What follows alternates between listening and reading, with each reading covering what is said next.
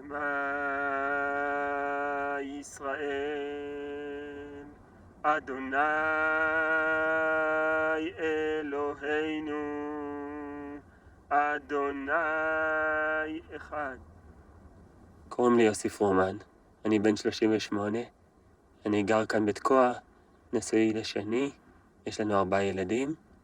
אני מלמד בישיבה, אני מלמד תורה בישיבה, אני רב. אתה מתנחל? אני מתנחל, כן. אוהב את האדמה הזאת ומקווה להיות קשור אליה עד שאני אקבר בתוכה.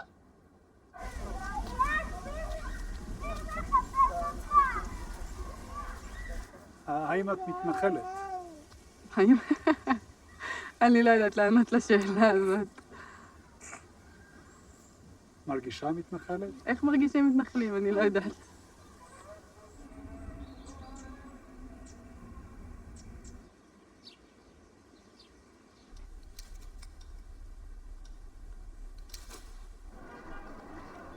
אני שרה נחשון, גרה בקריית ארבע חברון. אמא אימא ל10 ילדים. סבתא יעני. סבתא מעל 100 נכדים, 8 נינים. האם את מתנחלת? אני בנחלת אבותיי, אברהם, יצחק ויעקב. האם אתה מתנחל? ככה התקשורת וארגוני השמאל מגדירים אותי, וכן, אני גר בשטחי יהודה ושומרון, ששוחררו במלחמת 6 הימים. האם אתה מתנחל? מתנחל, מתיישב, מה ההבדל? עניין של סמנטיקה בלבד. מה הסמנטיקה מבחינה בין השניים? מתנחל זה בן אדם שהוא הגיע למקום שלא שייך אליו. מתיישב זה אדם שהוא בא ויושב על ארץ אבותיו. אז איך אתה רואה את עצמך? צודק, זה לא שניהם. מה עוד פעם תתיק כזה. משה, מה זה מתנחל? מתנחל אדם שבנה את ביתו בשטח שמדינת ישראל לא הכילה עליו ריבונות, והוא בעצם חי במציאות כפולה. הוא אזרח מדינת ישראל שבעצם לא חי בשטח הריבוני של מדינת ישראל. מזה נגזר עולם שלם. יש אזרחים ישראלים שחיים במרחב כבוש, הפלסטינאים שנמצאים שם בעצם נמצאים בשליטה ישראלית בלי זכויות של אזרחים. תתחילו ליהנות מהנוף.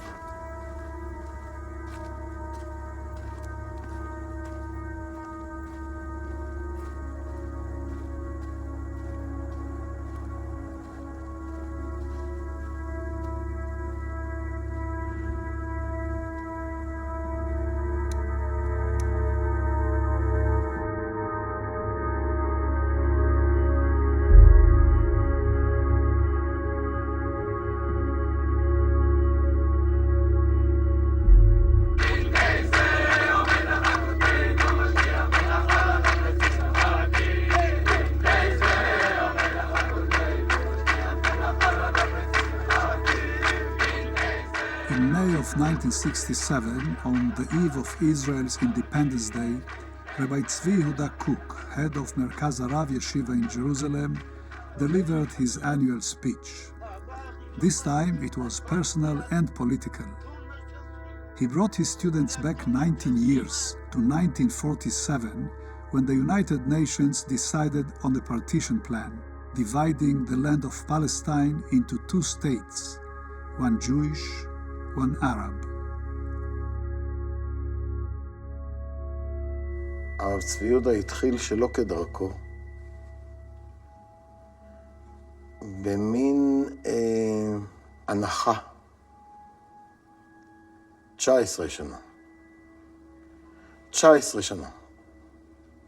19 שנה לא יכולתי לדבר על זה. על הכאב הנורא של החלוקה. ואז הוא התחיל לשאוג. קשה לתאר את זה.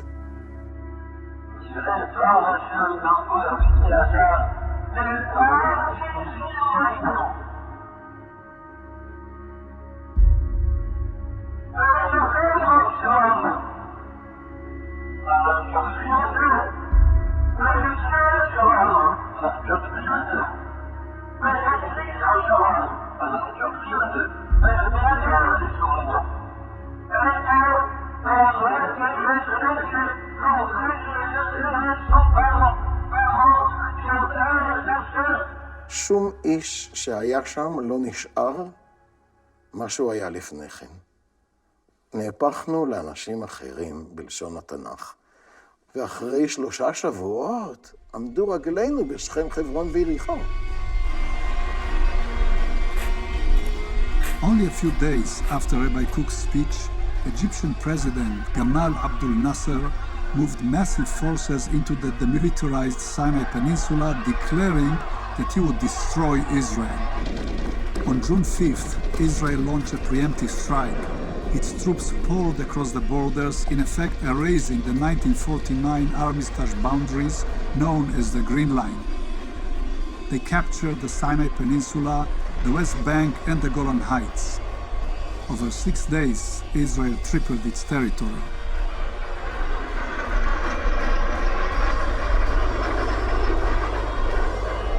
The joy of victory, the sense of invincibility, and the sudden confidence in the country's superior military power consumed many Israelis. But for Rabbi Kook students, it was far more than a military victory. כשעמדו רגלינו בשכם, חברון ויריחו, והזעקות האלה הפכו למציאות, לא יכולנו שלא לראות בזה איזה צו של שליחות עליונה. Those newly conquered lands were the very heart of the biblical land of Israel, but they were also populated by hundreds of thousands of Palestinians, many of them refugees who fled Israel during its 1948 War of Independence. I remember a lot of the 1967 war because I had just turned 16. We were in danger because the war was imminent and we were unprotected. So many of my father's friends came to consult with him and they said, maybe we should move out. There was actual encouragement by Israel calling on people to leave and offering them transport in buses. So some people became refugees twice.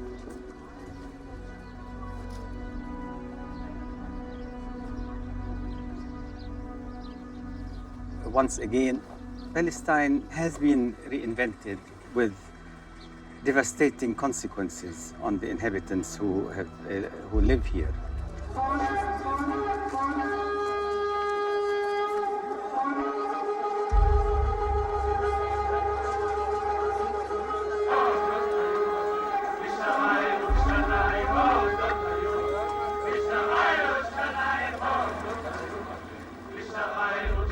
מהר מאוד נולדו, צמחו, גדלו אלה שראו בזה את הנס האלוקי, את שחרור השטחים אחרי 2000 שנה, ורצו וקראו לזה שטח משוחרר, והיו האחרים שבאו ואמרו, אנחנו קוראים לזה כרגע שטח כבוש. צה"ל כבש שטח. ובוויכוח הזה נכנס מי שהיה אז הפרקליט הצבאי הראשי, מאיר שמגר, והוא הציע את הפשרה. בואו נקרא לזה שטח מוחזק. אז זה נשתהין ונשתהר, עובדה. כך המצב הפורמלי נכון עד היום. The Israeli government was divided over the future of the occupied territories. Some officials wanted to trade land for peace, while others hoped to stay permanently. Rabbi Kook followers had no doubts. They focused on one goal, to settle what they considered liberated territories and bring the redemption of the biblical land of Israel. Today, almost 50 years after the first settler made his home in the West Bank, one can say it is a success. Some 400,000 settlers are living in 225 settlements and outposts, and all that in the midst of 2,700,000 Palestinians who live under Israeli occupation. The settlers see themselves as the new avant-garde, as pioneers, as leaders of Israeli society. But the question is, where are they leading it? Is it to divine redemption, as they claim, or is it to an apartheid state?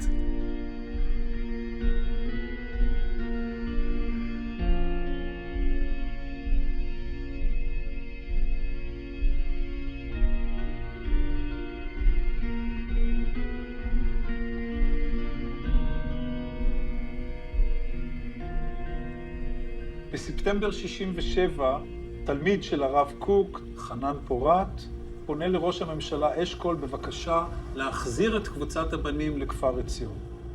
ראש הממשלה אשכול מצידו מתלבט. הוא פונה ליועץ משרד החוץ, עורך דין מירון, שקבע נחרצות. My conclusion is that civilian settlement in the administered territories contravenes the explicit provisions of the Fourth Geneva Convention. סעיף 49 באמנת ג'נבה קובע חד משמעית, אני מצטט, כוח כובש לא יעביר חלקים מאוכלוסייתו האזרחית לתוך השטח שנכבש. למרות זאת, ובניגוד לכל הציפיות, ראש הממשלה אישר את העלייה לקרקע של בני כפר עציון. אשכול עשה את זה על פי החלטת ממשלה או באופן פרטי? מה זה באופן פרטי? הוא היה ראש הממשלה. הוא אמר, באותה פגישה, אחרי שהם באו ושוב טבעו, הוא אמר להם, אני לא יודע אם הוא התייעץ לפני זה עם שרים, אם הוא קיבל איזושהי החלטה, לא יודע. אני יודע מחנן פורת, שהם, היות והם פנו פעמיים ושלוש ונענו בלך ושוב, הם קיבלו את העצה מהרב לוינגר, אם אתם תשאלו, לא תקבלו אף פעם תשובה, תודיעו, וככה הם עושים, ובפגישה הם אומרים לו, הציוד בחוץ, על מסעיות, אנחנו עולים בין אם תאשר לנו בין אם לא, וחנן בסבר הפנים הנעים שלו מספר לי ככה בהתחייכות, איך ראש הממשלה אומר להם בפגישה, מהבטן, אינסטינקטיבית, קינדרלך עלו. נו, קינדרלך, אתם כל כך רוצים, מה שיהיה.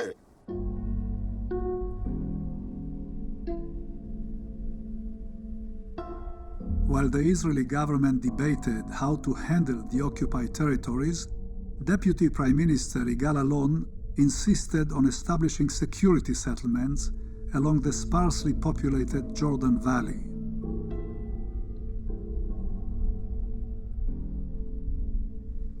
אנחנו לא זקוקים לשום הצטדקות, לא רק מטעמים היסטוריים או מטעמים של צדק, אלא פשוט משום ששיטת ההגנה הישראלית הטיפוסית, הקלאסית, היא שילוב יישובים חמושים במערכת ההגנה המרחבית. ולכן כאשר אנחנו מקימים יישוב אזרחי לעילה, יש לראות בו חלק מהמערך ההגנתי שלנו. האם היית אומר שהמבחן שהעמדנו בו את העולם עבר בהצלחה? כלומר, אפשר להקים יישובים בלי לזכות לדעתי כן, כן. על זאת עמדנו כבר די מוקדם.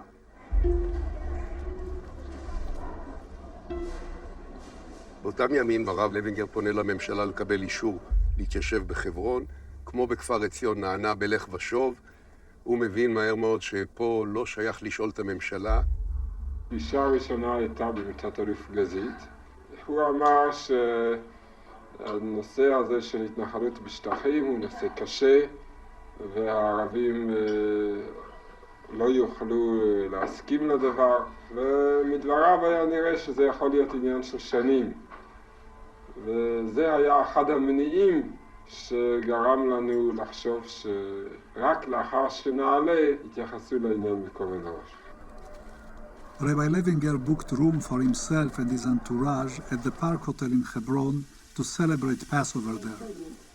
He told the hotel owner that they were all Swiss tourists. The next day, Levinger and his people refused to leave and declared that they had just re-established the Jewish community of Hebron. The Israeli government did not approve, but it did not disapprove either.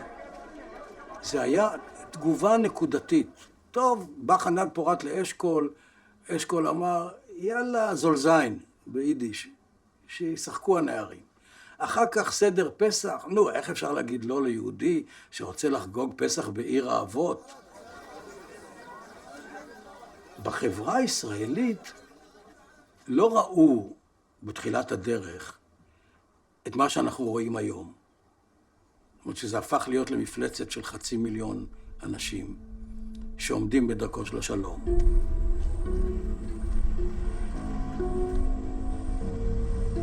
באותה תקופה במלון פארק הגיע קצין מטעם הממשלה והוא אמר, אתם הקבוצה הזאת כעצם בגרון לממשלה. לא להקיא ולא לבלוע. זאת אומרת, אף ממשלה לא תגיד לכם להישאר פה, ואף ממשלה לא תגיד לכם ללכת. וכשהוא אמר את הדברים האלה, הרגשתי שאני, באופן אישי, רוצה להיות עצם מגרון הממשלה.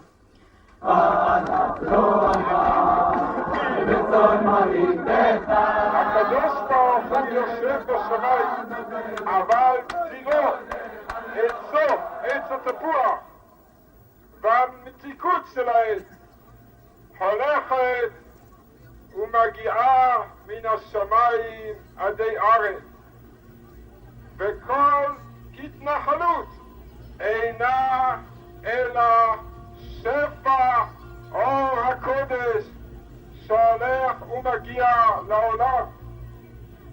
ביליתי עם ראשוני גוש אמונים, הייתי למשל שומר ראש של רב מוישה לוינגר וביליתי איתו תקופה ארוכה.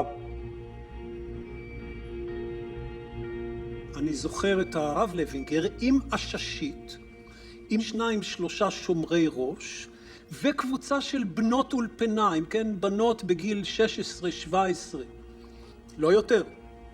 היו יורדים מקריית ארבע לתוככי העיר חברון, מתיישבים על האספלט, על הכביש, במעגל, והרב מוישה לוינגר נושא דרשות. שהפלסטינאים שבתוכם אנחנו מתיישבים עוד יודו לנו, אנחנו עושים את זה לטובתם. אנחנו תורמים לגאולת ארץ ישראל. לכשתושלם תבוא הגאולה האוניברסלית, בה יכללו גם פלסטינאים. ואז כשהם יגאלו, הם יבינו איך הם תרמו בזאת שהם אפשרו ליהודים להתיישב בקרבם. זהו בעצם תרגיל שכל קולוניאליסט אמר לעצמו.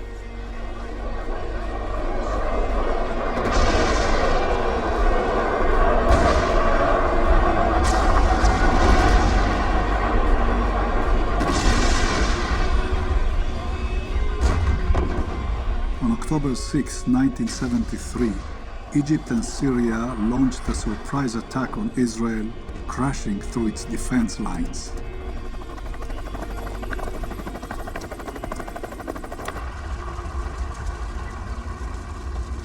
Prime Minister Golda Meir appealed personally to US President Richard Nixon for military assistance.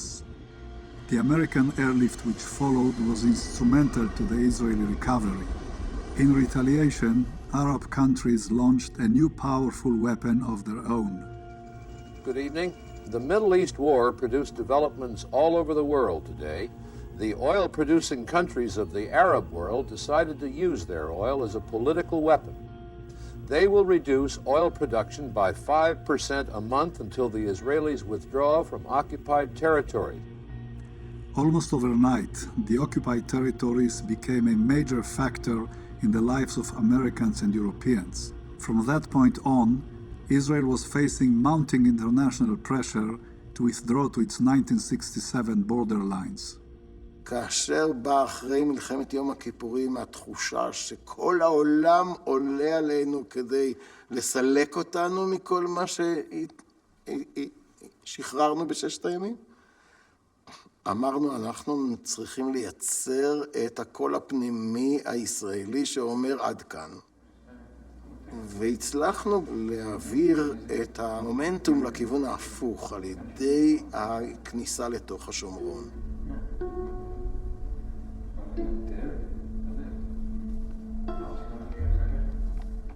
אנחנו יוצאים עכשיו בדרך להתיישבות שלנו ליד שכם, ומקווים שהממשלה תפתח לנו את הדרך.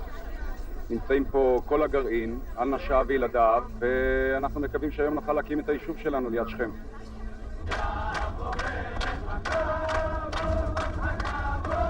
אנחנו מוצאים את הדרך בדרך שבילי עפר, מקימים את המאהל, אחרי שעה פחות או יותר מגלים אותנו, חיילים מנסים לגרור אותנו פיזית, בסופו של יום מפנים אותנו. רבין הזמין אותנו לפגישה קשה מאוד, הפגישה מסתיימת בזה שרבין אומר לנו, אם אתם חושבים שממשלה תלך אחרי שיגעון של כל כמה עשרות יהודים, אז אתם טועים. וחברי מנחם פליקס עונה לו. זה אני דווקא זוכר. עמדנו כבר בדלת, כבר יצאנו. אמרתי לו, בפעם הבאה נבוא אלפים. עשרות לא יכתיבו לך, בפעם הבאה נבוא אלפים.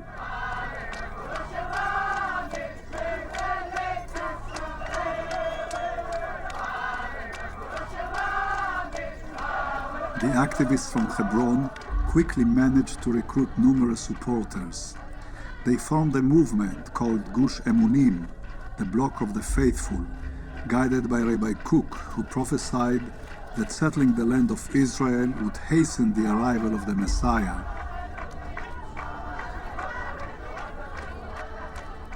גוש אמונים, סירי בבחינת סרטן לרקמה החברתית דמוקרטית של מדינת ישראל. אין לסבול יוזמות מתגרות ובלתי מאושרות בשטחים המוחזקים. התיישבות אינה מפגן ואינה מתיישבת עם הפרת החוק. אני חושב שמה שדוחף אותנו הוא כל כך חזק שבאיזשהו מקום או שהממשלה תיכנע, ואם לא, היא תצטרך ליפול. אבל הרצון שלנו להתיישב, ובזה אין לי צל של ספק, הוא יותר חזק מכל כוח שיכול לעמוד נגד זה.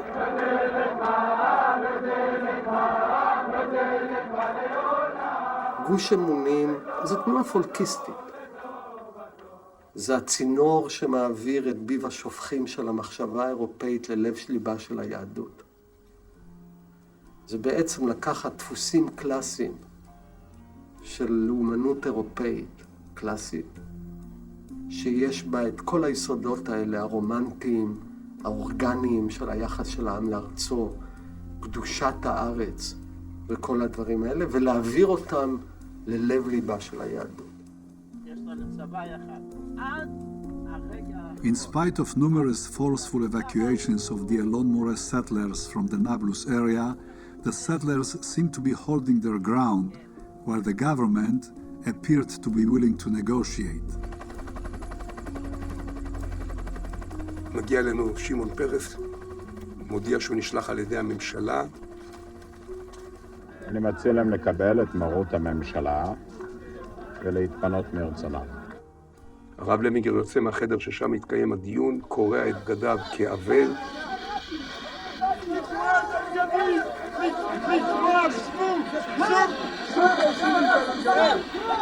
ראש הממשלה אינו קובע אם בארץ ישראל יהיו יישובים או לא יהיו יישובים.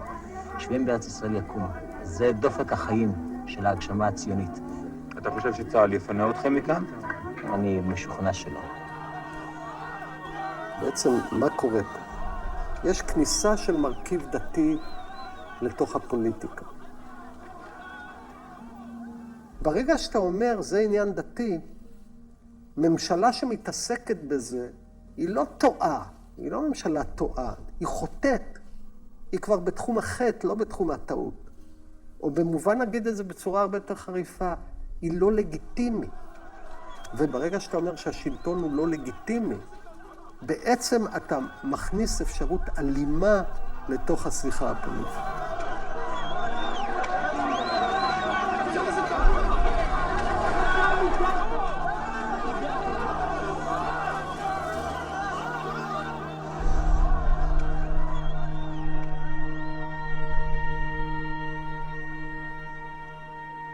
בחסדי אלוהי אברהם, יצחק ויעקב, אנחנו באים עכשיו לבשר לכם שממשלת ישראל החליטה להקים יישוב באלון מורה.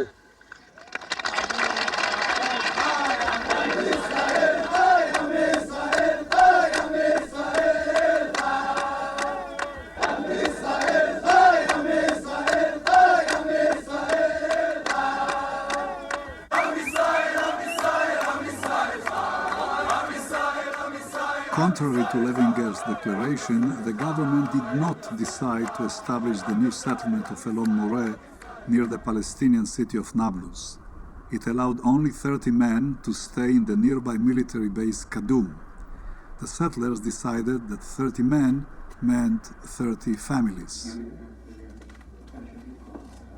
אני שאלתי את שמעון פרס, אחרי שנים, שאלתי אותו אם הוא מתחרט על זה שהממשלה נכנעה. התשובה שלו הייתה מאוד כנה. הוא אמר, לו ידעתי אז לאיזה ממדים מפלצתיים זה יגיע, אני מניח שלא הייתי מאשר. המנהיגות לא הביאה בחשבון שהיא תאבד שליטה, מה שנקרא to lose control על התהליך הזה. הם לא הבינו, אפשר לומר, אם יש להם עסק.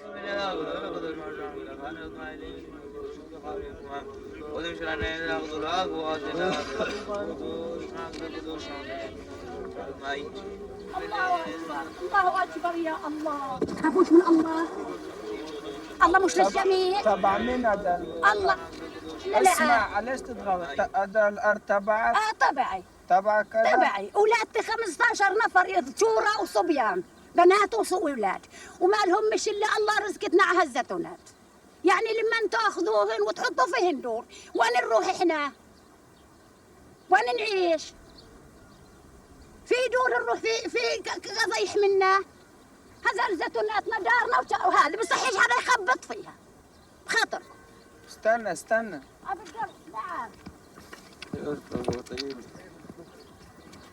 وين ندور وين نهج بدنا نعيش احنا نخارة بدنا نعيش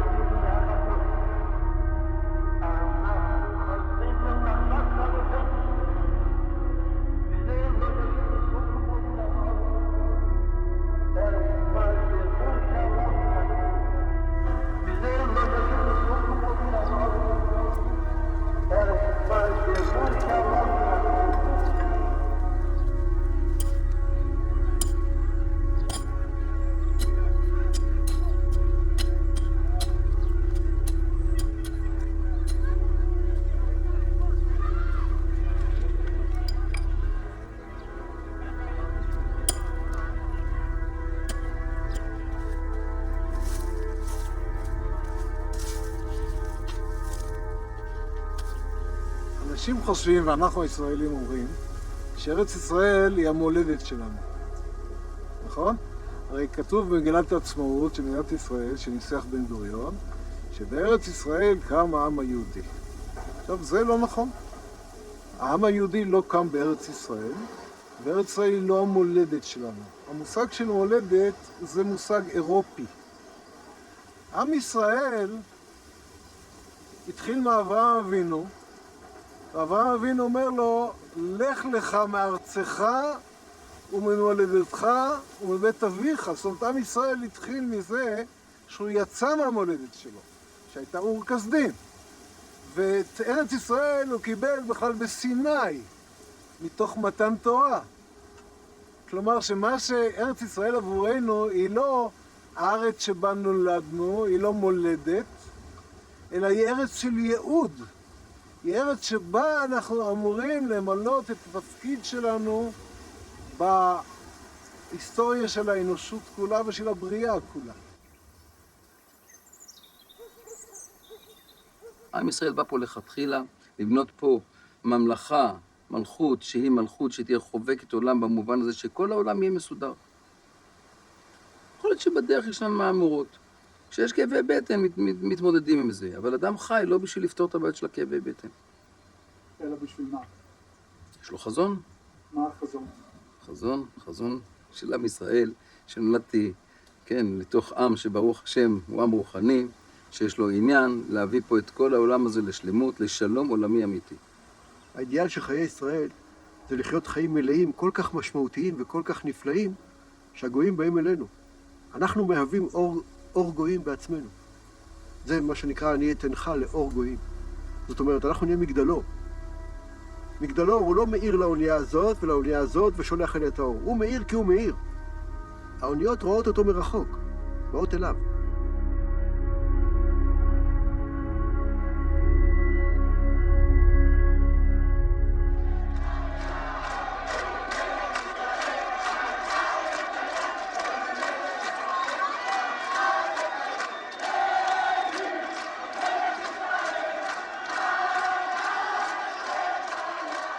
In 1977, Menachem Begin won the elections and replaced Yitzhak Rabin as prime minister. 2 days after his victory, Begin celebrated with the settlers of Elon Moreh near Nablus.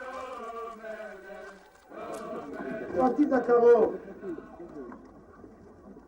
יהיו אילוני מורה. The first settlement that I became aware of directly was the one closest to where I live in Ramallah, which was Dolev. I was driving through the Ramallah Latrun Road, and as we passed, we saw trailers bringing mobile homes. By the time we came back in the afternoon, the mobile homes had been placed on the land. And I turned to the passenger, my friend who was driving with me, and I told him, you know, anything that is built so quickly can be taken away so quickly. And he said, I'm not so sure. And these words ring in my head to this day, because he was right and I was wrong. Until then, I had not realized fully how serious the threat of the settlements was.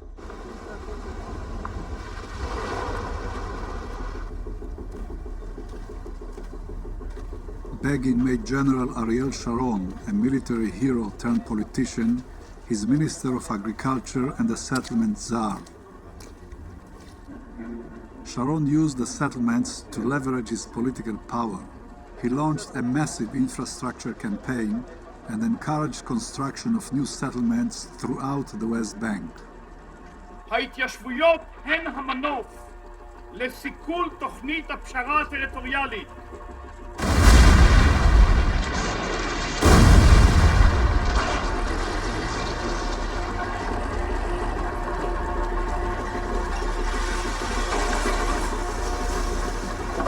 אנחנו מתקרבים עכשיו למצב שיש לנו 80 יישובים, ובהם יישובים שגדלו, התפתחו והתרחבו.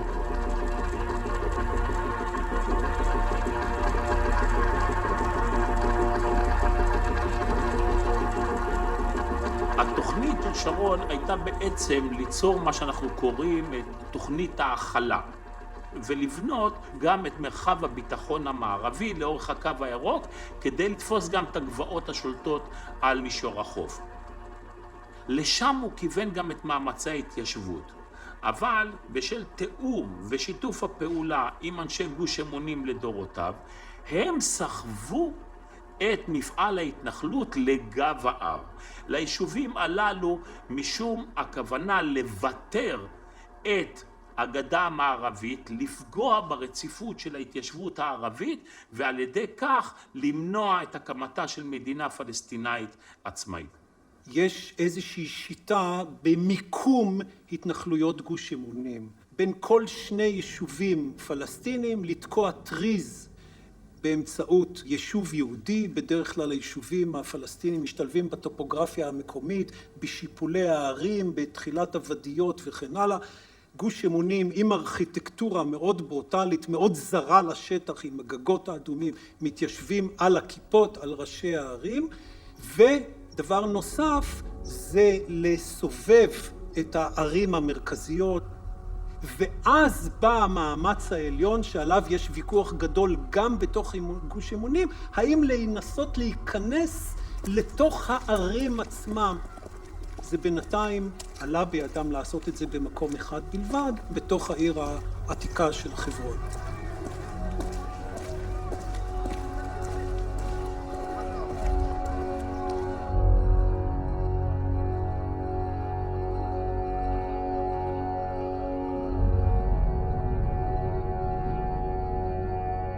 כעבר עין, רק הכי טוב, ועתיד עדיין, רק הכי טוב, ודאגה מנין, רק הכי טוב, תמיד בשמחה, רק הכי טוב, ומה יהיה, רק הכי טוב, ומה עכשיו, רק הכי טוב, עד מתי.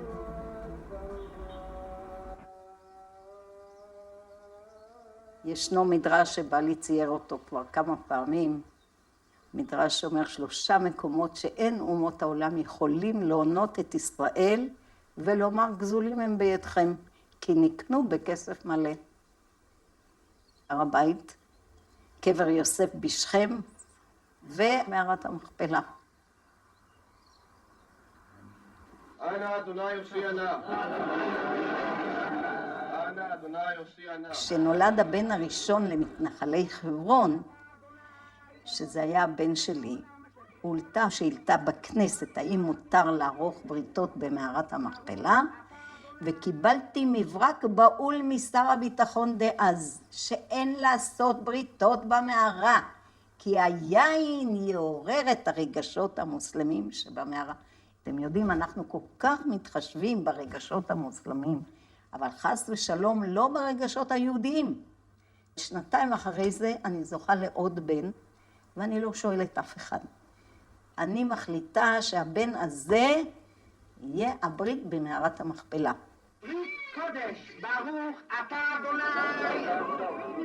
למחרת פורסם בכל העיתונות אז בארץ, שבמבצע סודי ביותר נערך ברית ראשון בקברי אבות. ואז ראיתי שלא קרה שום דבר לאף ערבי, שהכנסנו איזה בקבוקון של יין ועשינו את הברית במערה.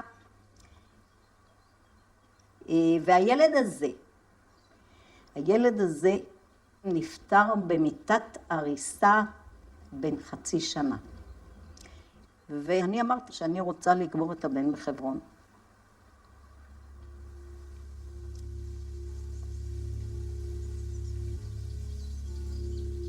זה קורה בקיץ 1975. אני אז הייתי בישיבת ההסדר בקריית ארבע. בסביבות שעה 10 או 11 בלילה, אנחנו לומדים בבית המדרש שאומרים לנו, עכשיו יש לוויה, בואו לבית של נחשון, נרצית לוויה. אנחנו יוצאים לבית של נחשון, ועוד לא ידעתי את כל הסיפור, והלוויה מתחילה ללכת, ומגיעים למחסום צבאי, והחיילים לא נותנים לה לעבור, ועומד המושל, אומר לה, שרה, את לא יכולה. למה? הממשלה לא מרשה. למה? הוא אומר לה, תשמעי, את חברון יחזירו. את רוצה לטמון את הילד שלך במקום שיחזירו, יעבירו אותו למישהו אחר? ואז החלטתי שאני מוציאה את התינוק. לקחתי את התינוק שהוא היה עטוף בסדין בידיי, ואני הולכת, ואני לא מסתכלת אחורנית. והיא מתחילה ללכת עם הילד המת בידיים. והחיילים עומדים ורואים מחזה כזה, והם לא מסוגלים לעצור אותה. אנחנו הולכים אחריה. לפני כן היינו הולכים בחברון בלילה, זה היה אפילו די מסוכן. החיילים שואלים בקשר מה לעשות. השאלה הזאת עולה ועולה ועולה, היא מגיעה לשר הביטחון, לשמעון פרס. והוא נותן הוראה, תנו לה ללכת. רצו אחרי 2 חיילים, אמרו, שר הביטחון מאשר למשוגעת של חברון לקבור את הבן שלה בחברון. אני לא יודע אם היא הבינה מה בעצם קורה באותו רגע. אני לא חושב שהיא הבינה את זה, אף אחד לא הבין את זה. אבל הילד הזה, אברהם ידידיה נחשון, בזכותו התחיל יישוב יהודי בחברון.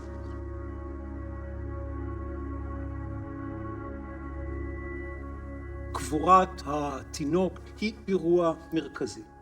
כיוון שיש שם קבר יהודי, מציבים נקודת משמר צבאית לשמור מפני חילול הקבר. זה מאפשר לכמה מאנשי קריית ארבע להרגיש בטוחים יותר בהסתובבותם ברחובות הקסבה של חברון. ההנחה היא שכל נקודה שנכבשת אינה אלא מוצב, ממנו שולחים עוד שלוחה להישג הבא.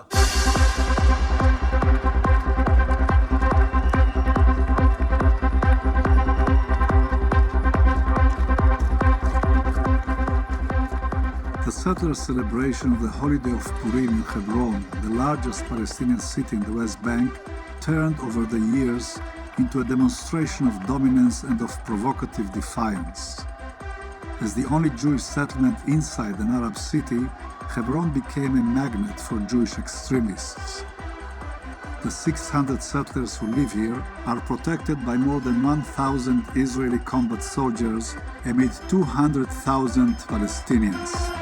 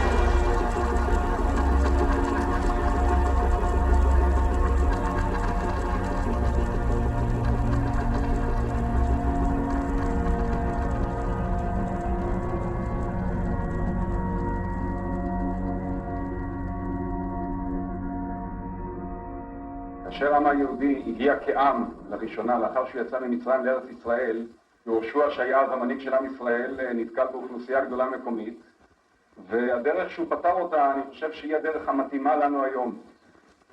יהושע נתן להם 3 אפשרויות: מי שרוצה לעזוב יעזוב, מי שרוצה להילחם יילחם, ומי שרוצה להשלים ישלים.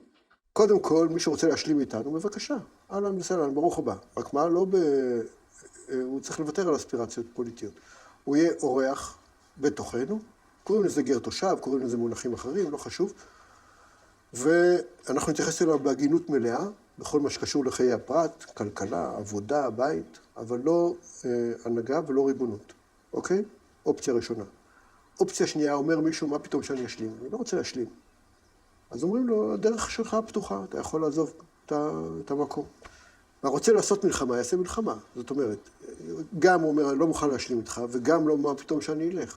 ואני דרך אגב מכבד, ככה בסתר, אני אומר לך שאף אחד לא שומע, אני מכבד את השלישי יותר מאשר את הראשון והשני. זאת אומרת, כמו שאומרים, עומד על העקרונות שלו כמו גבר. אז אני מכבד את האויב, אבל הוא אויב, צריך להילחם בו.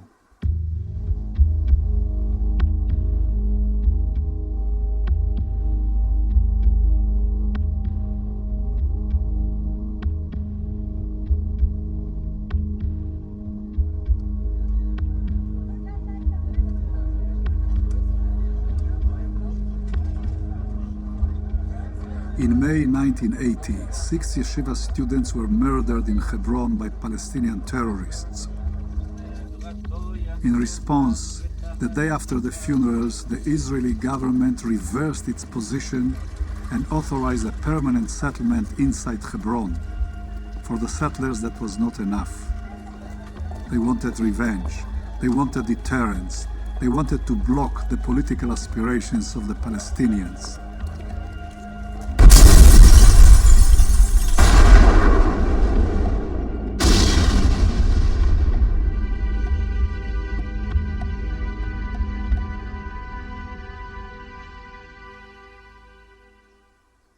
מה היה התפקיד שלך בהתקפה על ראשי הערים? אני ריכזתי את החוליות שפעלו פה באזור שלנו, ברמאללה ובבית לחם. לא הייתי איתם, אבל דאגתי לאמצעים ולתוכנית ולארגון ומה שצריך. כפעולת גרילה מתוכננת ויזומה, אנחנו צריכים לדעת במי אנחנו פוגעים ולהחליט שאומנם האיש הזה הוא בן מוות. ואומנם הייתי שותף להחלטה כזאת לגבי ראשי הערים, שהם היו אז ראשי המחבלים, בפגיעה אישית בהם. אבל גם הקביעה של ראשי הערים הם ראשי המחבלים, זאת קביעה שלכם, זה לא... הם התארגנו כראשי הערים, אבל הם קראו לעצמם ראשי הוועדה להכוונה הלאומית. היא לא גירשה את אלה שפגענו בהם, ולכן פגענו בהם. In April 1984, members of a Jewish terror group placed bombs under 6 buses, attempting to kill hundreds of Palestinians. They were caught in the act, and all 25 members of the Jewish underground were put on trial. החבר'ה שהיו במחתרת היהודית, המתנחלים, רובם היו מתנחלים. הם היו החבר'ה האליטה, החבר'ה המצוינים, מה שנקרא. אני מכיר חלק מהם אישית, ואני יודע מי הם. והם אנשים באמת ערכיים. לדעתי הם טעו ופספסו, ועובדה שנלחמתי נגד כמה מהם. אותם חבר'ה ציפו שהממשלה תעשה X, Y, Z, ולא עשתה. ואז הם החליטו כביכול לעזור לממשלה לעשות דברים שהממשלה לא יכולה לעשות. אז יש את הקטע של הנקמה, ויש את הקטע של ההפחדה, ויש את הקטע של להעלים אנשים שמפריעים, זה הקטע של ראשי הערים. ויש את הקטע של השיקוץ שצריך להוריד אותו. מה הייתה התוכנית? אמרתי לך, להפיל את הבניין. לחבל בו. איך להפיל אותו? עם חומרי נפץ. כמה חומרי נפץ? כמה קילו צריך? 300 ומשהו קילו. לא נתן לך את כל המפרט. והתחלתם לפעול כדי לממש את זה? כן, היו לנו מטענים מוכנים. על זה נשפטנו. ההגדרה המשפטית הייתה קשירת קשר לביצוע פשע, בהקשר הזה, מפני שהפשע עוד לא, הפשע הנורא, כן, עוד לא נעשה.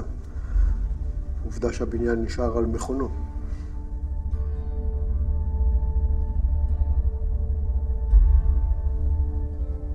הר הבית בעצם נהפך למין מקדש מולך, שבו שתי תנועות לאומיות מאוד חזקות בסטמינה שלהם, בדבקות שלהם, מוכנות להקריב דורות של צעירים כדי שהמקום הזה יהיה בבעלותם. זה בעצם מקדש מולך.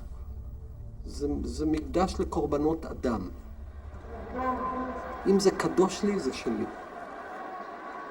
וכל מי שמבין משהו במושג הקדושה יודע שטענה כזאת מכילה בתוך הסתירה פנימית מאוד עמוקה. להגיד על משהו שהוא קדוש זה להגיד שהוא לא ברשותך, הוא לא בבעלותך, הוא לא בריבונותך.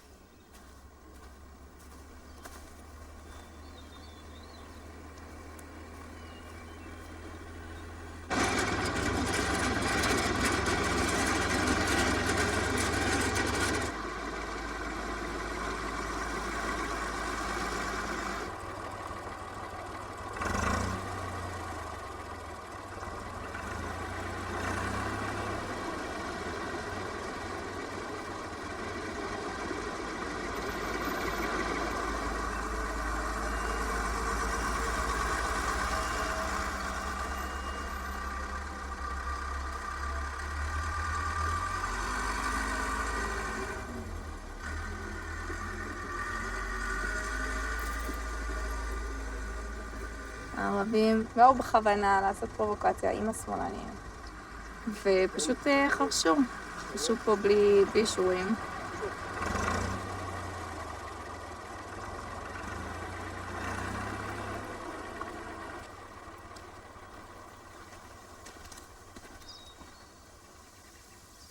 I have about 3,000 dunams, and in the mountain about maybe more than 300.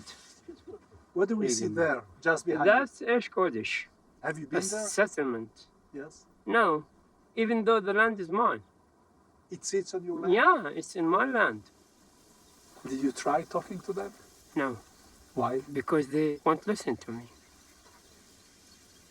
מתי, איפה אנחנו נמצאים? במטע זיתים. ומי מטפל בזיתים האלה? כרגע תושבי ג'לוד, נראה לי. מה זאת אומרת כרגע? כרגע.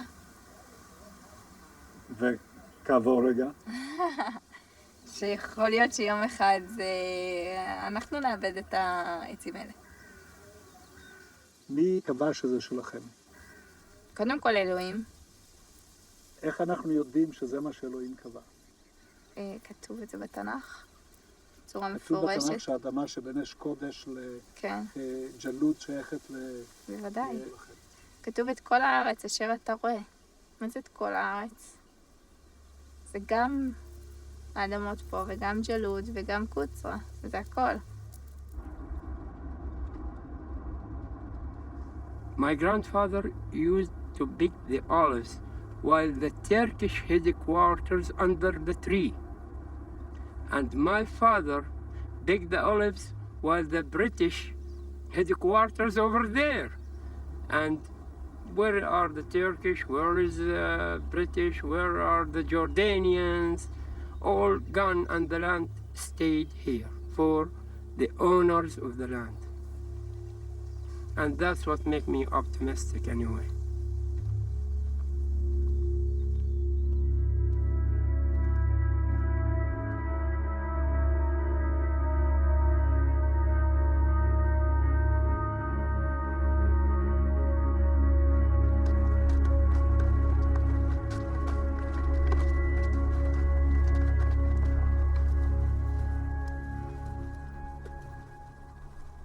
לכל בן אדם יש תפקיד.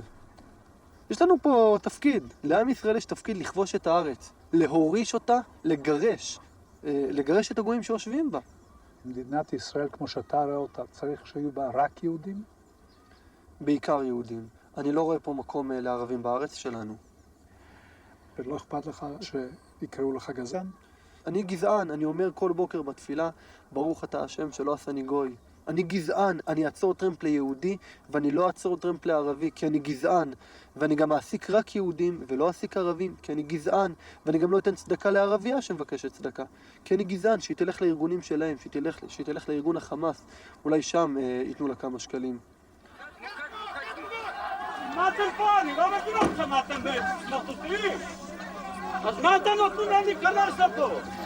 תעיפו אותם מפה, אל תגידו ברגע.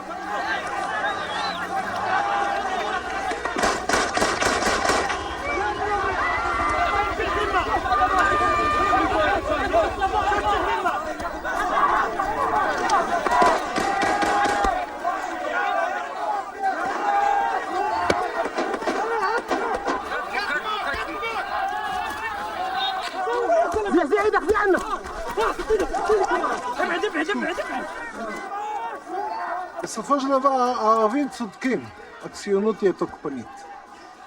לעצם ההופעה של עם ישראל חזרה בארץ ישראל היא כניסה לשטח מחיה מוסלמי ערבי, והחשש שלהם שבעצם הוא מניע את כל הדינמיקה פה. הרי איך מתחילות המלחמות? הם חוששים כל הזמן שנתפשט יותר ואומרים בוא נהרוג אותם שהם עוד קטנים, ומכריחים אותם לכבוש שטחים שלא התכוונו. לא התכוונו מעולם. מ-47 הסתפקנו בחצי מהארץ, קיבלנו את גבולות 48, הסתפקנו בהם, הם פתחו במלחמה, קיבלנו את 67, חזרנו מעזה, מכריחים אותנו להיכנס שוב ושוב לעזה, שוב ושוב ליהודה ושומרון. זו דינמיקה של נבואה שמגשימה את עצמה. הם יוצרים פה ממש את ההתפשטות הישראלית בעצם ההתנגדות שלהם.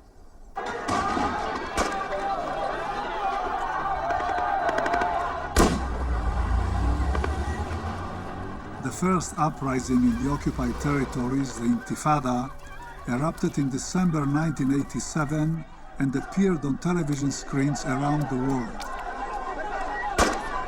The Palestinian boy with a stone in hand was presented as David and the Israeli soldier as Goliath. At the same time, the settlers, forced to move around in armored cars, saw themselves as victims. Hundreds of Palestinians were shot and killed, but the Intifada went on for years. First Intifada was when the Palestinians in the West Bank realized that if they don't rise up, then their whole land, then the terminal disease of the settlements would eat them up. As the clashes continued, many in Israel concluded that military force alone could not end the violence. The need for a peaceful resolution, they said, became all the more urgent.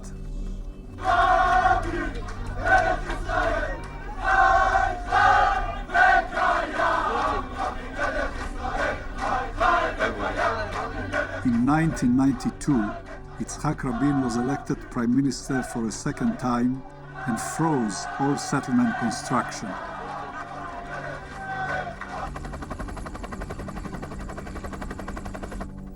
עשיתי סיור אתמול. 2 יישובים, כל אחד 30 משפחות. לתת להם ביטחון בצירי תנועה ובמרכיבי ביטחון, $250,000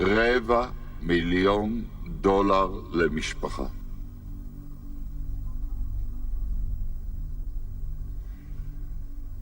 לא אדבר על סכומי העתק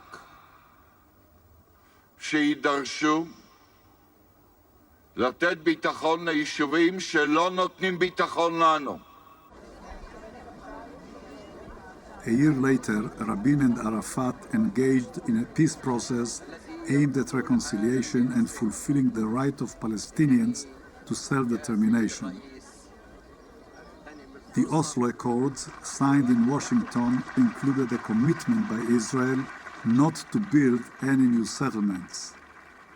במסגרת הסכמי אוסלו נקבע שהשטח יחולק למעמד משפטי של A, B ו-C. A אומר שישראל מעבירה את כל הסמכויות לידי הרשות הפלסטינית. לעומת זה בשטחי B, ישראל מחזיקה בסמכות גוברת לביטחון של ישראלים. שטח C זה 60% משטח הגדה המערבית. שם יש לנו את כל ההתנחלויות, וזה בריבונות ישראל. רבין באוסלו אומר, התנחלויות זה הסיפור האחרון, זה האייטם האחרון למשא ומתן. הוא אומר, זה אמצעי לחץ שלי מול הצד השני.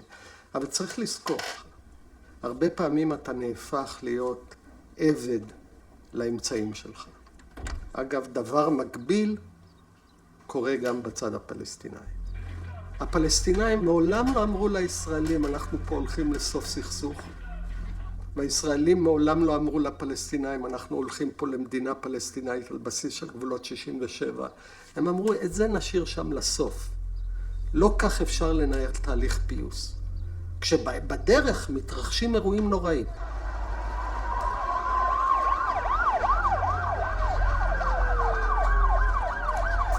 ישראלים אמרו, תסביר לנו איזה תהליך שלום זה כשפה אוטובוסים מתפוצצים לנו ברחובות.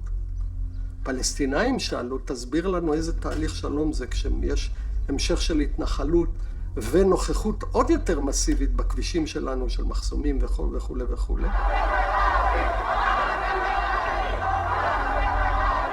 Stop Oslo and Save the Land became rallying cries for the settlers and their supporters. Prime Minister Yitzhak Rabin was marked as the main culprit.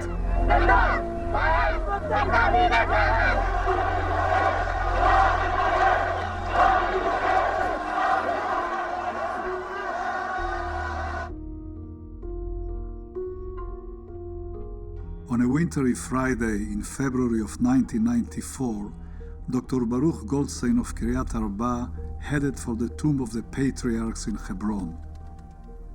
Beforehand, Goldstein told friends he had a plan for ending the Oslo process.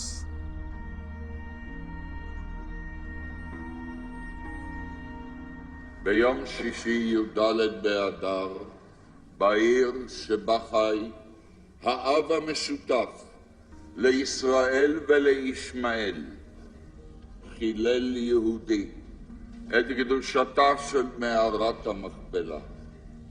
בשעה שמאות מאמינים מוסלמים התפללו לאלוהיהם בעיצומו של צום הרמדאן, פתח יהודי בן בליעל באש, הרג 10 מתפללים מוסלמים ופצע 10 רבים נוספים.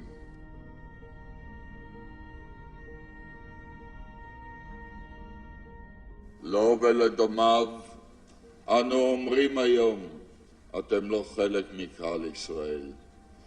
אתם בושה לציונות וחרפה ליהדות.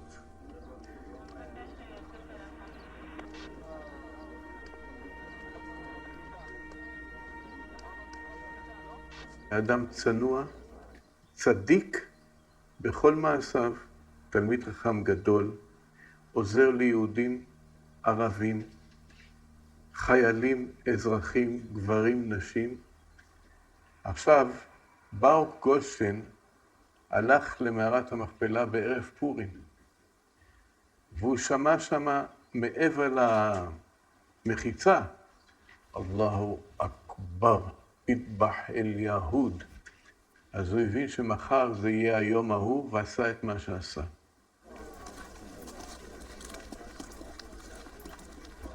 While Yitzhak Rabin was describing Goldstein as a disgrace to Zionism and a blot on Judaism, many on the extreme right eulogized Goldstein as a hero and martyr. One of the many attending Goldstein's funeral was Bar-Ilan University law student Igal Amir. On November 4th, 1995, Amir carried out his own plan to end the peace process and save the settlements. He murdered Yitzhak Rabin.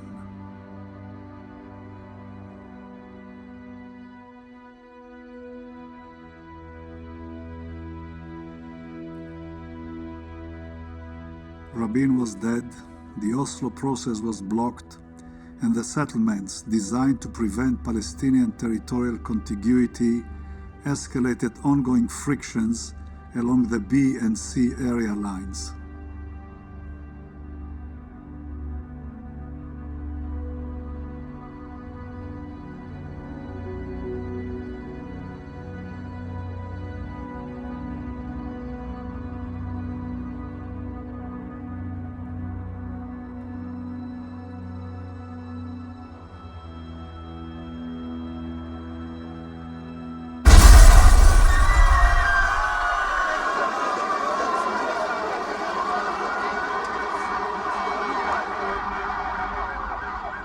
The Second Intifada was by far more brutal, more savage, and more lethal than the first.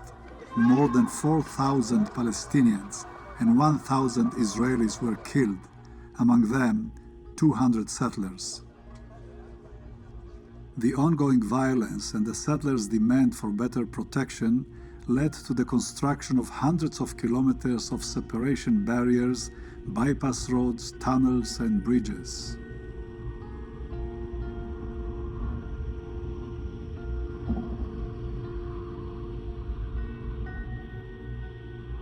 מדינת ישראל משקיעה מאמצים אדירים ומשאבים אדירים כדי ליצור הפרדה בין ישראלים לפלסטינים בגדה המערבית. אנחנו הוצאנו צווים שאוסרים על פלסטינים להיכנס לשטחים מוניציפליים ישראלים בגדה המערבית, כלומר להתנחלויות, אלא אם יש להם היתר. אנחנו הוצאנו גם צווים שאוסרים על ישראלים להיכנס לשטחי A בגדה המערבית. אנחנו יצרנו ככה אזורי מחיה נפרדים. אנחנו בנינו כבישים שנועדו לשרת רק את הישראלים, וכבישים בדרך כלל מתחת שנועדו לשרת את הפלסטינים.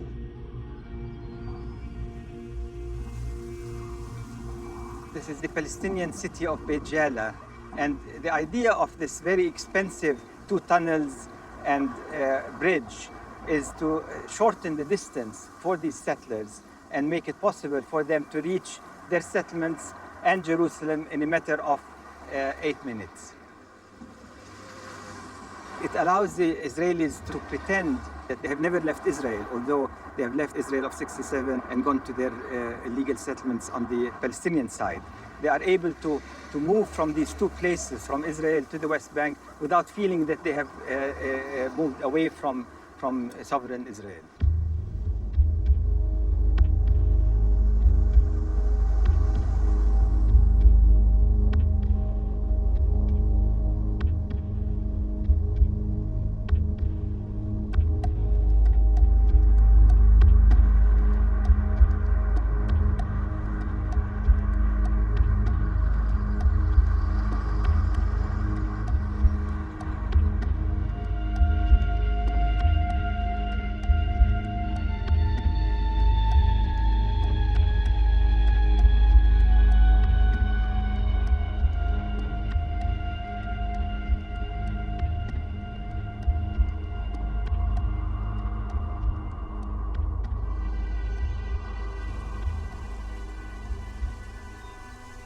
אני נולדתי פה.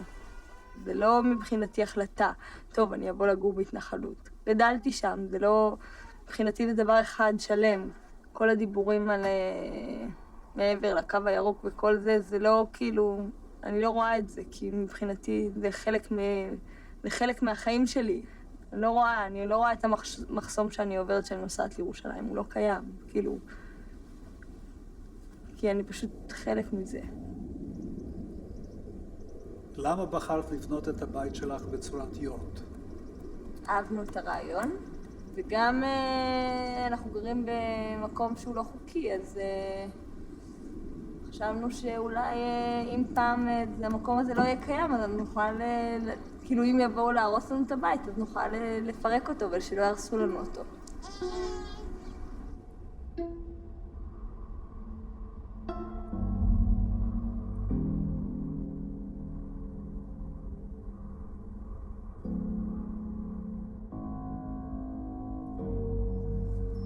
هاي حوارة، هاي أودلة، هاي عورتة، ورا يجي عين أبوس، عراك بورين. هذول المناطق اللي أنا سميت لك إياهن هذول متأذين من المستوطنات اللي بديانها. هاي مستوطنة تصاب، هاي المستوطنة آخر اعتداء إلها طلعوا رشوا الزيتون مبيد وحركوا الزيتون وهو واقف بدون كاس. מתחתנו זה הכפר חווארה שאנחנו עוברים בו, זה הכביש שבעצם מוביל ליישובי גב ההר. והלאה והלאה, כפי שהם רואים, הם מתפשטים ללא מפריע לצערנו לכל ההרים והגבעות. איך זה שאין גדר פה ביצהר? גדר היא בסופו של דבר גדר תודעתית. זאת הגדר האמיתית. גדר מלשון הגדרה. מה אתה מגדיר שהוא באמת שלך, ומה אתה מגדיר שהוא לא שלך. הגדר היא גדר מנטלית, גדר בראש. הגדר הפיזית היא באמת לא משמשת לשום דבר. הגדר הפיזית אומרת לערבי שעד הגדר זה השטח שלך, ומהגדר זה השטח של היהודים. למה אתם לא שמים גדר סביב הבורין? احنا بدنا نحط جدار على داير بورين مشان نحدد للمستوطنين وينهم ويننا. لا هاي اراضينا مش اراضيهم تحط عليها بس. אבל זה ישמור עליכם. لا لا لا لا لا لا ما بيحمينا لا ما بيحمي هذا لا هذا بحط حدود للمستوطنين انه لهان حدكم وباخذوا لعند السوق. فاحنا ما بدنا احنا ما بنحط جدار. الارض إنها محل دور المستوطنين. هاي ارضنا وبدنا ناخذها وبنضل نروح عليها وهي بين الدور.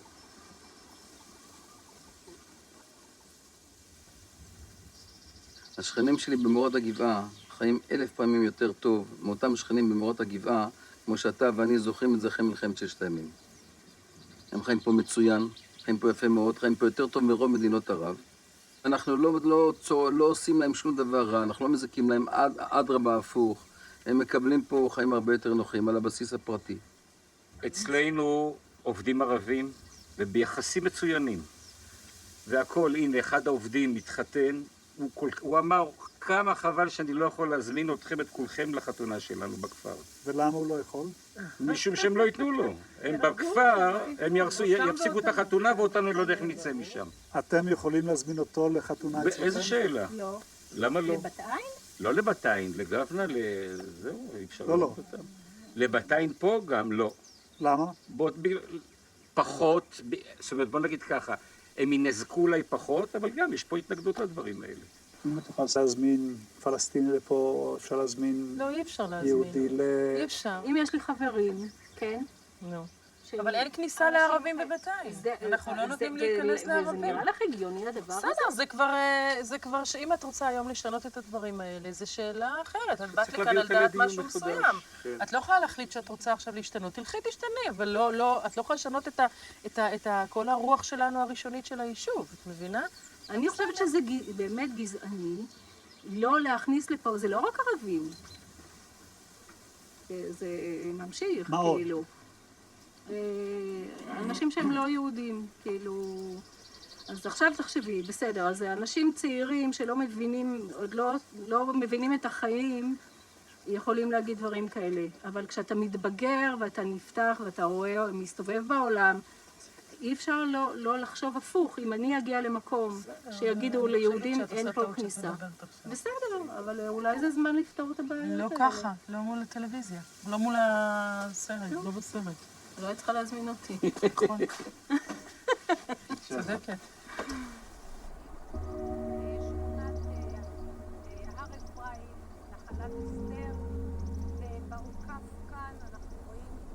באזור שלנו, בכפר הסמוך, היה מצב של יידוי אבנים מדי פעם. אני אמרתי ככה, אני אגש לכפר, אני אגש בעצמי. אמרתי, מי ראש הכפר? הלכו, הביאו אותו, הייתי בלי נשק, ראו שאני בלי נשק, גם חולצה בהירה, כך שאי אפשר לחשוב שאני מחביאה גם משהו למטה. עמדתי לבד, ואמרתי, תראה, בזמן האחרון הייתה כאן הרמת ראש. ראיתי שפעם אחרי פעם, אני רוצה פשוט שיהיה ברור. זה לא יהיה יותר. אנחנו שכנים. זאת הייתה אמירה ברורה, זה לא יהיה יותר. אם אנחנו משווים את זה לכיבוד הורים, מדי פעם ילד מתרצף, יש הרמת ראש, יש הרמת ראש. אבל אתה מכבה את זה, אתה סוגר את זה באיבו. זה לא.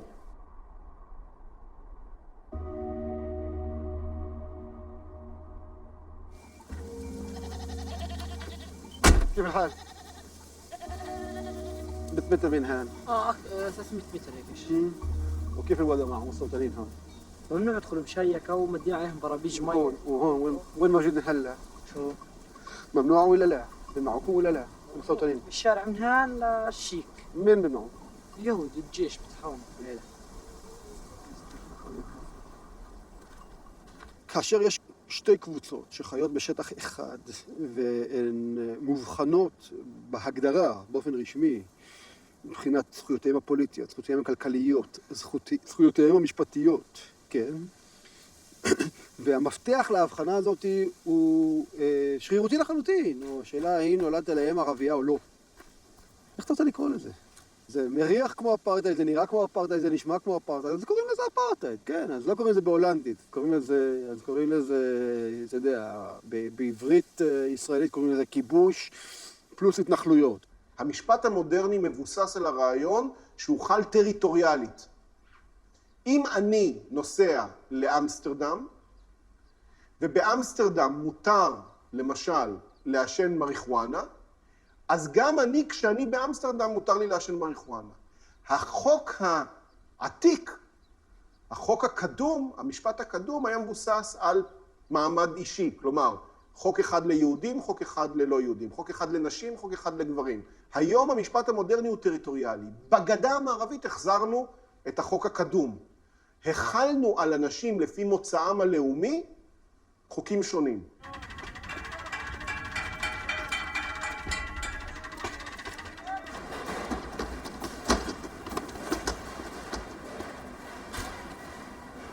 אנחנו מדברים על שני דברים.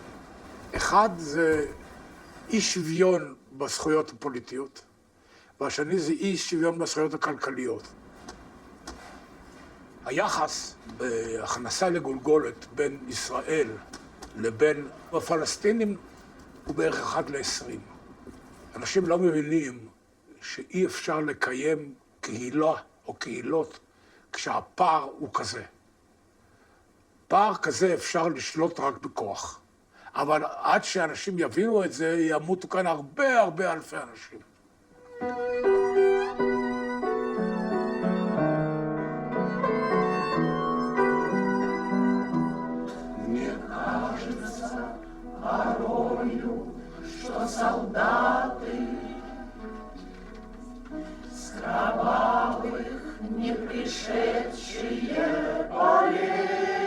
The West Bank has become home to thousands of Jewish immigrants from all over the world. The Israeli law of return grants all Jews moving to Israel automatic citizenship, including those settling in the occupied territories.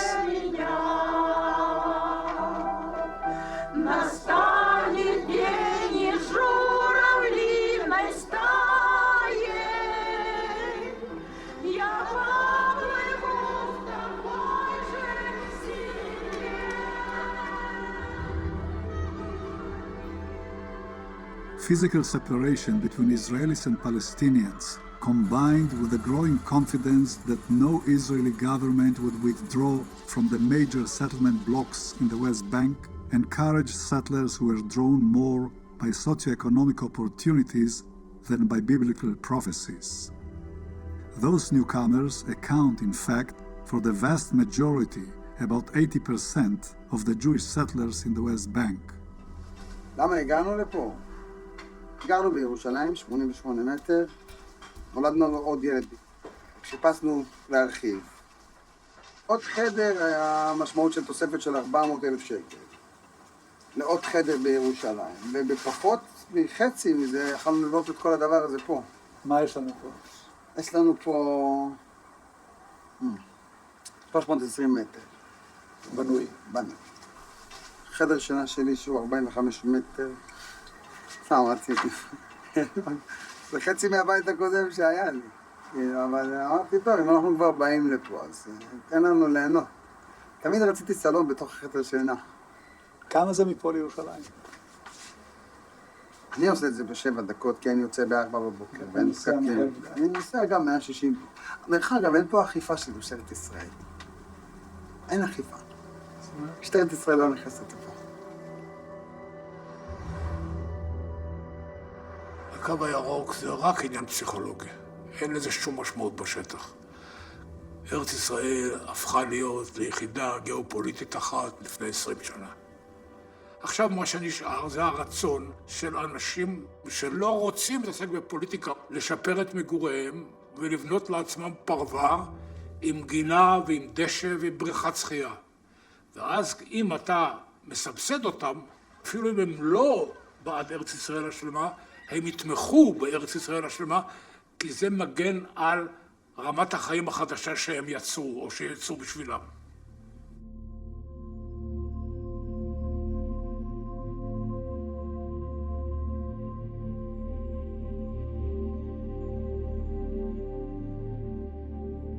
After the Oslo Accords, Israel was committed not to build any new settlements. It did, however, massively expand the existing ones. At the same time, a new form of settlement emerged, the outpost. More than 100 outposts appeared across the West Bank, considered illegal not only by the international community, but by the Israeli government as well.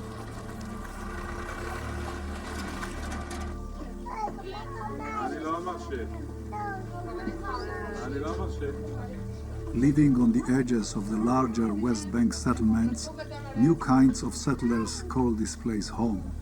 Adventurers, converted Jews, born again, repentant, all reinventing themselves in the biblical light of Judea and Samaria. יש פה הרבה אנשים שקצת מחפשים את עצמם. ההורים שלהם היו היפים כאלה בדרך כלל, וגם ההורים שלי, ומתוך זה, מתוך המקום הזה שלפעמים הוא גם קיצוני, הם הלכו לקיצוניות אחרת, כמו שמאפיין את החוזרים בתשובה, והילדים שלהם הלכו לאיבוד.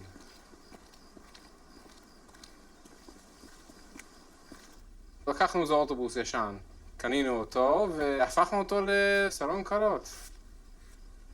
אמא שלי באה ממשפחה אמריקאית,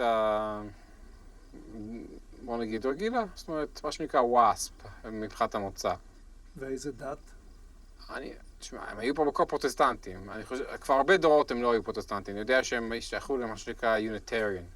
אתה מחשיב את עצמך כציוני? ציוני? לא. את האמת, לא. אז למה אתה חי פה? כי זה המקום שלי. הגעתי לפה, החיים המוזרים שלי הובילו אותי לפה. אני מרגיש מאוד מחובר למקום הזה, אני אוהב את האדמה הזאת. וזה המקום, זה הפינה שלי בעולם.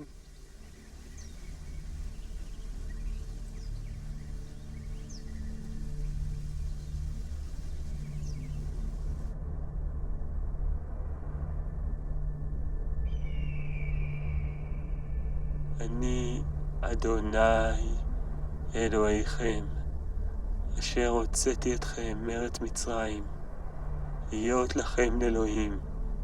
אני אדוני אלוהיכם, אמת. אני חושב שהארץ היא של אלוהים, היא לא שלי. היא ארץ של אלוהים, ואני אורח כאן, והשכן שלי מהכפר ממול הם אורחים של אלוהים, ולכן יש לנו סיכוי להסתדר אחד עם השני, כי יש לנו מארח אחד, שיש לו מקום לשנינו.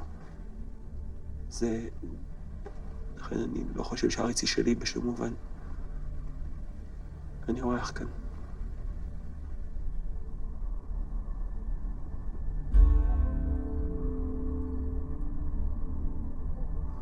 The Israeli occupation that began in 1967 will be ended through a settlement negotiated between the parties. And consistent with the recommendations of the Mitchell Committee, Israeli settlement activity in the occupied territories must stop.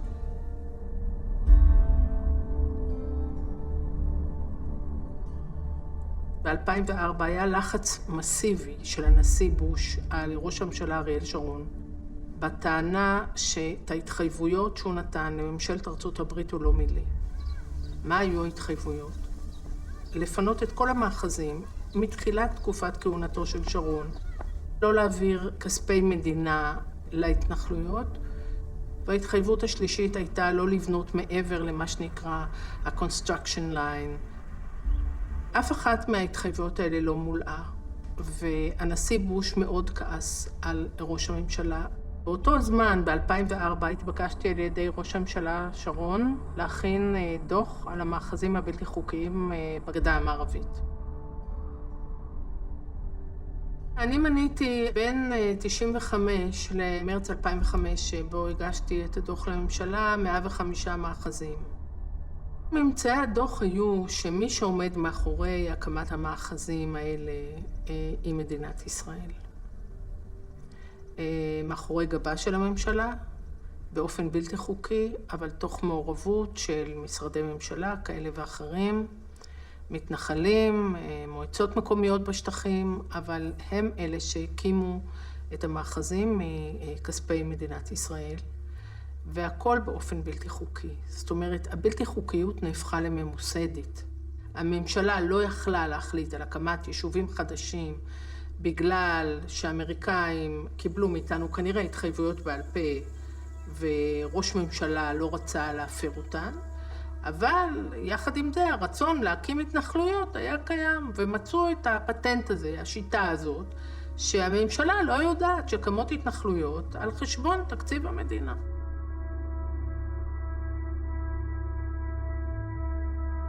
Sasson's recommendations were never implemented. While the government continued to finance settlements and outposts in the West Bank, Sharon had another plan to stifle international condemnation and domestic discontent.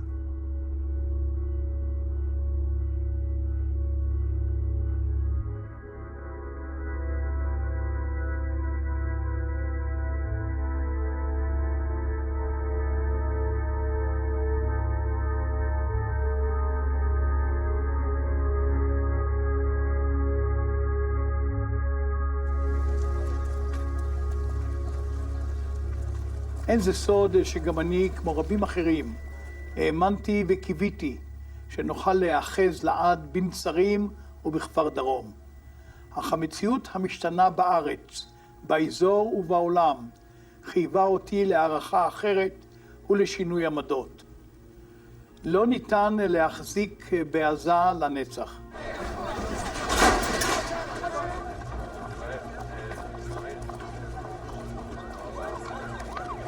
תרשום את זה לפניך. בעזרת השם יתברך, הציבור בגוש קטיף לא יעקר ממקומו.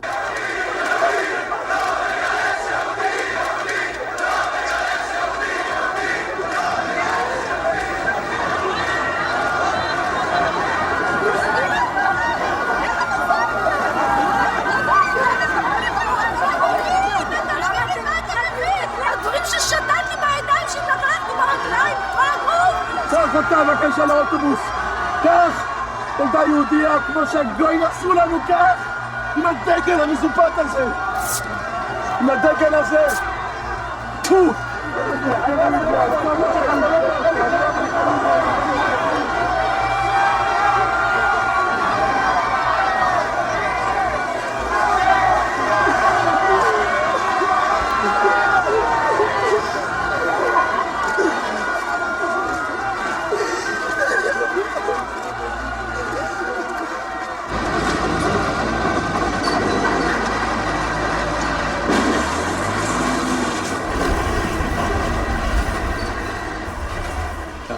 אמרו, זה לא יקרה. תתפללו מספיק חזק, תאחזו בקרנות המזבח, ואם תתפללו מספיק חזק, זה לא יקרה. היו לא תהיה. וזה קרה.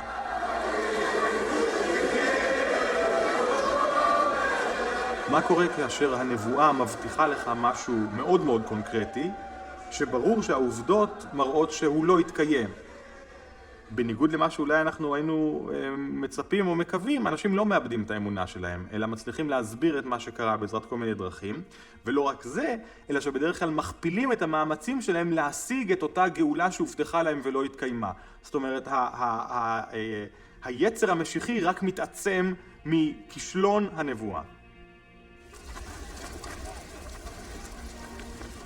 The Lord gave, and the Lord hath taken away, believers say. In the Gaza Strip, it was Sharon who gave and who took away. The great builder who employed his political and executive powers to establish the settlement enterprise as an irreversible fact was also the one who gave the order to destroy the Gaza settlements. בחברה הישראלית ובעולם כולו ראו את עזה כמקדמה על חשבון השלום. איזה פרומו להצגה הגדולה של פינוי הגדה המערבית. אבל זה בכלל לא היה, it wasn't in his cards, זה לא היה בכלל במחשבה של שרון. עזה נועדה להכשיל את תהליך השלום.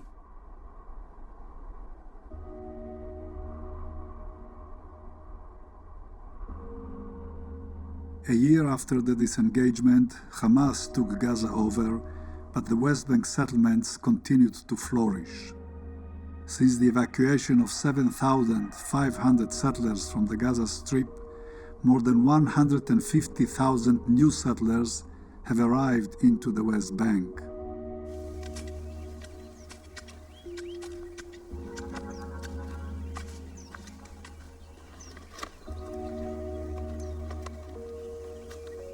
We are a volunteer organization called Hayuvel, which means the Jubilee. People like us all over the world that began to read the Old Testament and realized, hey, like, how do we help be a part of this amazing thing that's going on? Me to be here and doing this is like, this is one of the most significant things that I've ever done in my life. A Tennessee boy standing on the mountains of Samaria, and I'm planting vineyards, which Jeremiah prophesied 3,000 years ago. So we're on the Jewish people's side for sure. Like, there's no way we're gonna fight against them. We wouldn't dare. After seeing how God fights for them and all the different wars that have happened here, we'll stay on their side. Israel was created by God, and God has given them the land, and they do not occupy that land. They own that land. John Hagee is the founder of Cornerstone Evangelical Church in San Antonio, Texas. His national radio and television teachings are followed by millions in the United States and around the world. Even if controversial among settlers, evangelical support of the settlement enterprise is undeniable.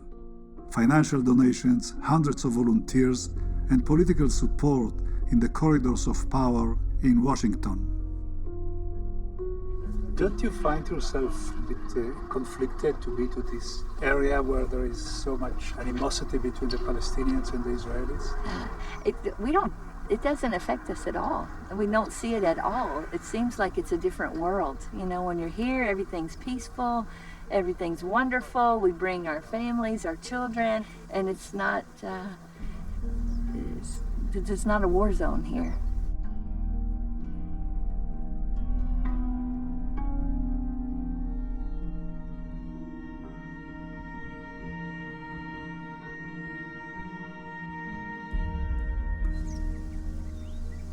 In March of 2011, two young Palestinians, Amjad and Hakim Awad, from the village of Awarta, snuck into the nearby settlement of Itamar. They entered the home of the Fogel family in the middle of the night and stabbed to death Ehud and Ruth Fogel and three of their young children. During his interrogation, Amjad Awad, who initiated the murders, said that he wanted to give God something that God would like. ראיתי אמא שוכבת עם הפנים כלפי הרצפה. אבא שוכב על המיטה. הייתה תינוקת מתה. ואז ראיתי ילד מנענע את הכתף של אבא שלו ומנסה להעיר אותו. הוא לא הבין כמדומני שהוא לא הבין שאבא שלו לא היה בין החיים. אז כשהרמתי אותו, אז התמלאתי בדם, כאילו הילד היה כולו...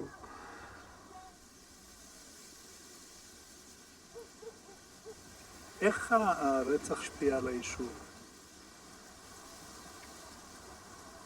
זה מצחיק להגיד, אבל השפיע לטובה. היישוב מאוד התחזק מבחינת אוכלוסייה ובנייה בוא נגיד ככה, כל הפרמטרים של חיים תקינים רק עלו מאז אותו אירוע.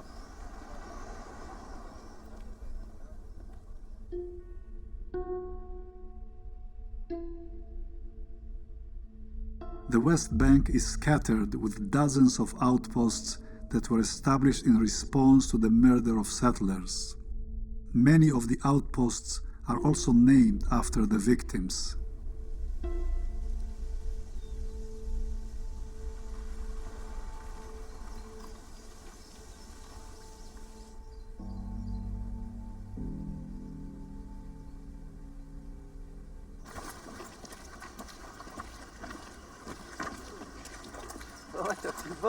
מה זה, הגעת מהגן? כן. היה לך כיף? מה זה? תגיד לי, מותר לי לצאת מהבית? לא. למה? כשאני לא מרשה לך. ולמה אני לא בכלא? כי אתה לא גילית. מה לא גיליתי? שהרבצת לערבים. אבל אתה מגלה? לא. אסור לגלות, נכון? כי אני קטן. אתה קטן? אתה הרבצת לערבים? לא. כשתהיה גדול מה יקרה? אתה תבוא איתי? לאיפה תבוא איתי? מה תעשה איתי? להרביץ לערבים. כן? יש פה הרבה נוכחות של צבא, משטרה. כן, יש פה יחסית הרבה. הם לא בהכרח שומרים עלינו. הרבה מזה זה שמירה על הערבים. מפני? מפני יהודים שינקמו, מפני יהודים שיעשו דברים. מה זה שם? קוצרה. אפשר לראות שם אפילו את המסגד שלהם שנשרף ממש לפני כשנתיים. איך הוא נשרף? הם אומרים שיהודים הציתו אותו. מה אתה אומר? אני לא יודע.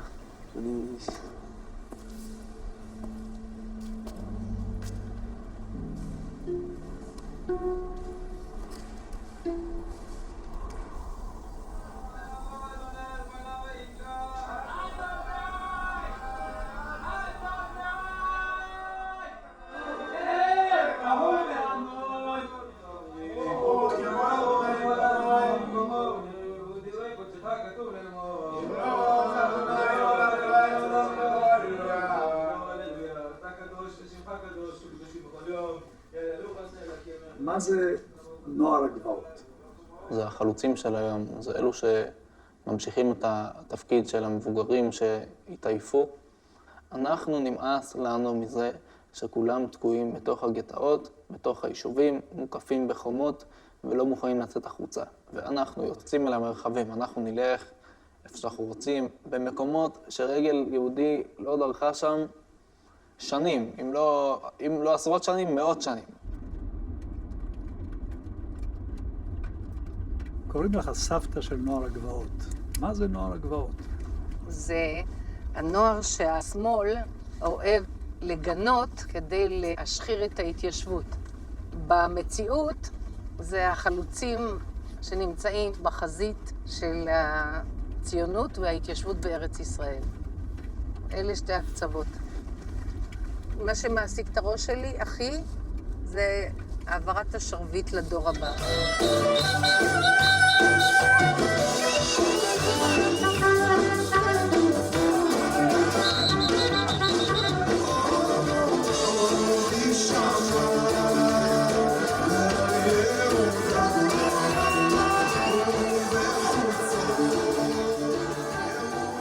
נוער הגבעות, הייתי אומר, יש לו קנאת שהיד. זה קנאת השהידים היהודים, כן? יש פה איזו תנועה של צעירים שאומרת, תראו את הפלסטינאים, השהידים, עם כפיות ועם סכינים.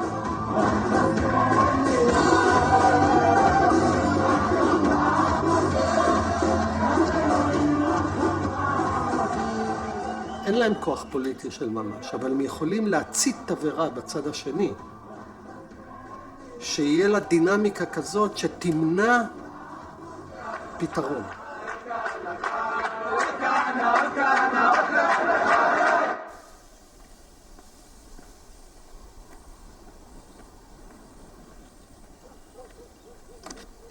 למה הרחיקו אותך מהגדה? התנכלות פוליטית. הרי על הפעילות שאנחנו עושים. אנחנו בונים יישובים, זה מאוד מפריע להם. אנחנו מקימים גבעות, הקמנו את רמת מגרון, מעוז אסתר, כל מיני מקומות כאלה שמאוד מאוד מאוד מפריע להם. אתה רואה, אני אתן לך דוגמה למה זה מפריע להם. ברק אובמה בא לארץ לפני שנתיים או משהו כזה, לילה לפני כן הרסו ברמת מגרון. עכשיו תגיד, את מי מעניין רמת מגרון? זה צריף, מעט ליפול יותר מפה. את מי זה מעניין? אין שם משפחות, אין שם חשמל, אין תשתיות, אין מים.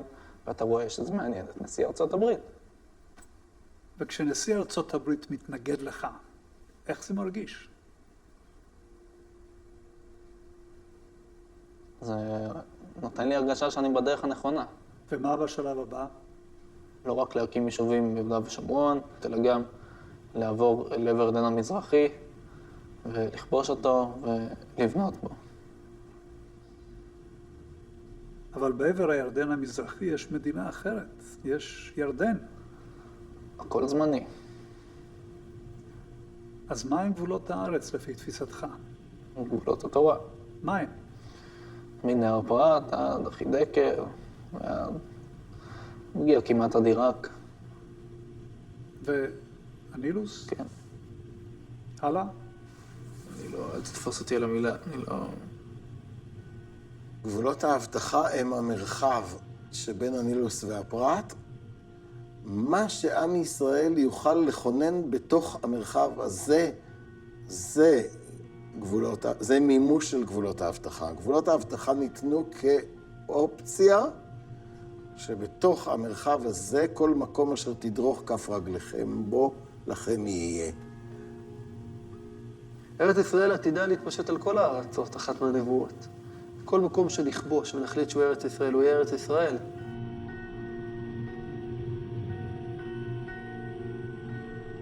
האנשים הללו מבקשים למתוח את גבולות המדינה לפי שיטתם, השקפתם, בלי החלטה של ממשלה שמבטאת את רצון העם שבחר בה.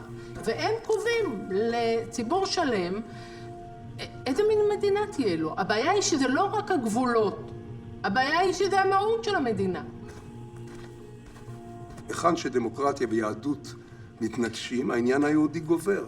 יכול להיות שהעם היהודי מקים על עצמו גולם, שהוא לא יכול אחר כך, בגלל הגולם הזה, להתמודד בצרכים הכי אלמנטריים שלו.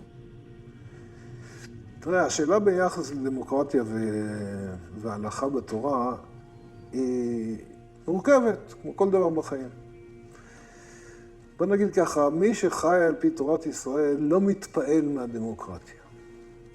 זאת אומרת, זו טכניקה של שלטון שקיימת היום. היא לא הייתה קיימת כמו שהיא לפני 200 שנה נניח. היא כנראה גם לא תהיה עוד 200 שנה. אנחנו ניצבים היום בפני איזשהו פרדוקס בלתי פתיר, שאי אפשר יהיה לחבר את ארץ ישראל השלמה, את מדינת ישראל הדמוקרטית ואת מדינת ישראל היהודית. זה פשוט לא ילך. זאת אומרת, המשולש הזה, אחד מהצלעות שלו תהיה חייבת להישמט. או שמדינת ישראל תהיה ריבונית בין הירדן לים, ואז היא לא תהיה יהודית, או לא תהיה דמוקרטית, כי הדמוגרפיה כמובן תכריע בעניין הזה. או שמדינת ישראל תצטמצם אל תוך גבולות 67 ותשמור על יהדותה והדמוקרטיות שלה מכמה בחינות אגב.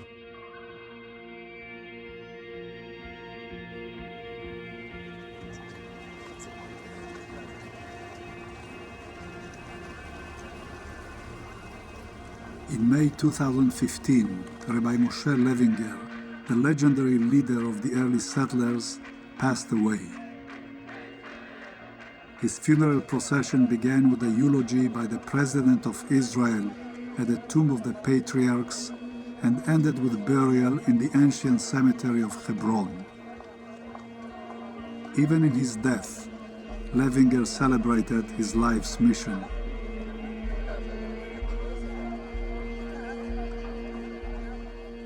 עם השנים, ההתנחלויות רק הולכות ומתחזקות.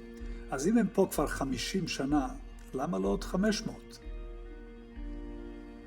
דוד, אני היום בן 88. אתה יכול לומר, אם זה יחזיק 88 שנה, למה לא 880? זה לא נימוק. אני לא במצב שאני יכול להגיד לך איך זה ישתנה ומתי. אבל אני יודע שזה לא יכול כך להימשך.